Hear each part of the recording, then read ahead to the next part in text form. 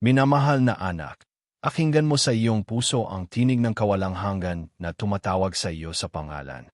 Ako'y isinugo mula sa langit, mula sa Kanya na nakakakita ng lahat, upang ipaalala sa iyo na hindi ka nag-iisa. Ang iyong mga luha ay binibilang isa-isa, gaya ng mga perlas na mahalaga sa harap ng trono. Kahit tahimik ka, may isang tinig na patuloy na nananalangin para sa iyo.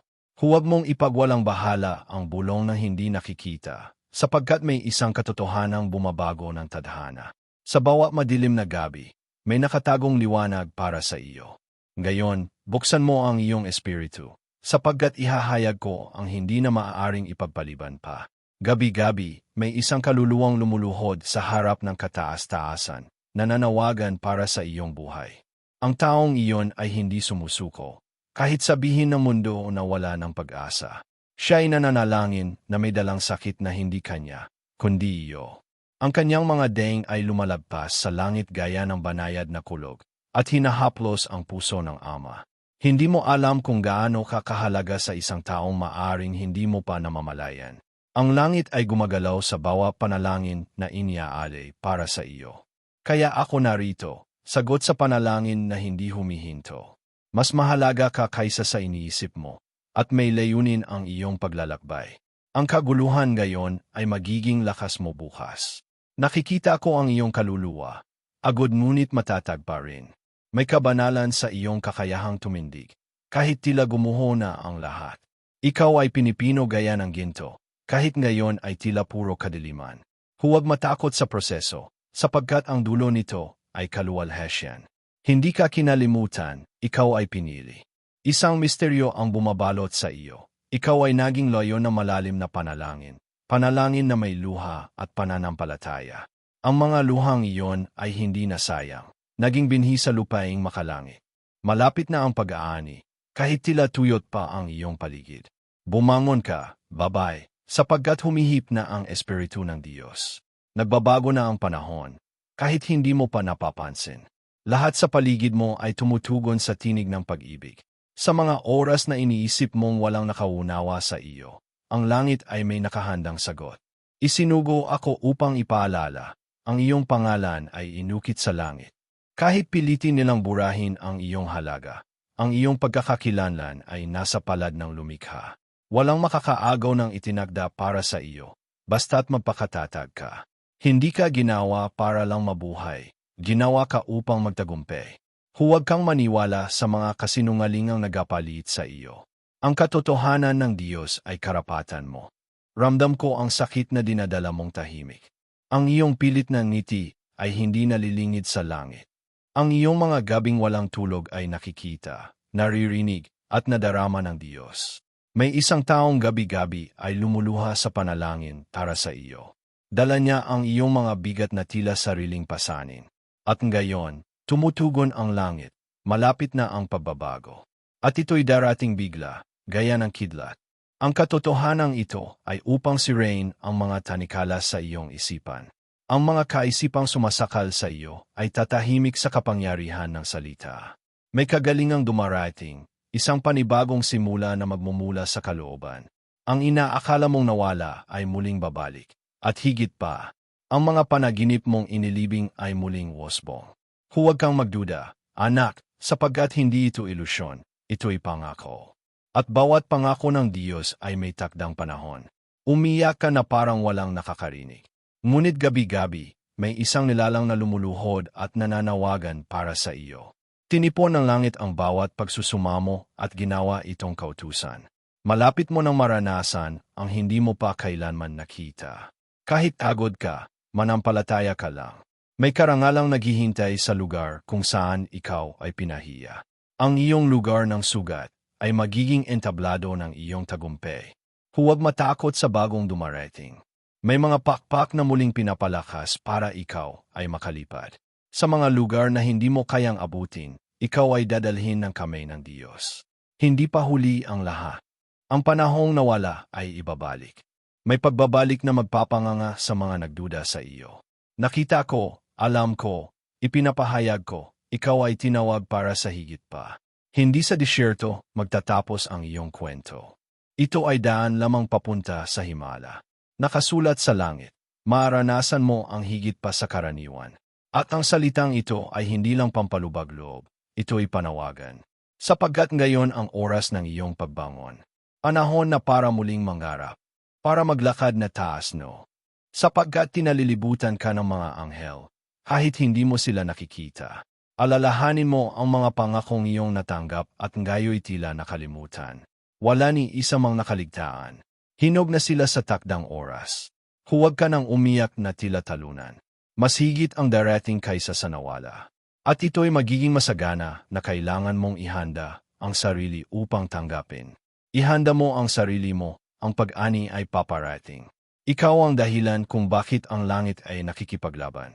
May mga digmaang napapanalo habang ikaw ay natutulog. Sapagkat may isang taong gabi-gabi ay nananalangin na may dalang pananampalataya.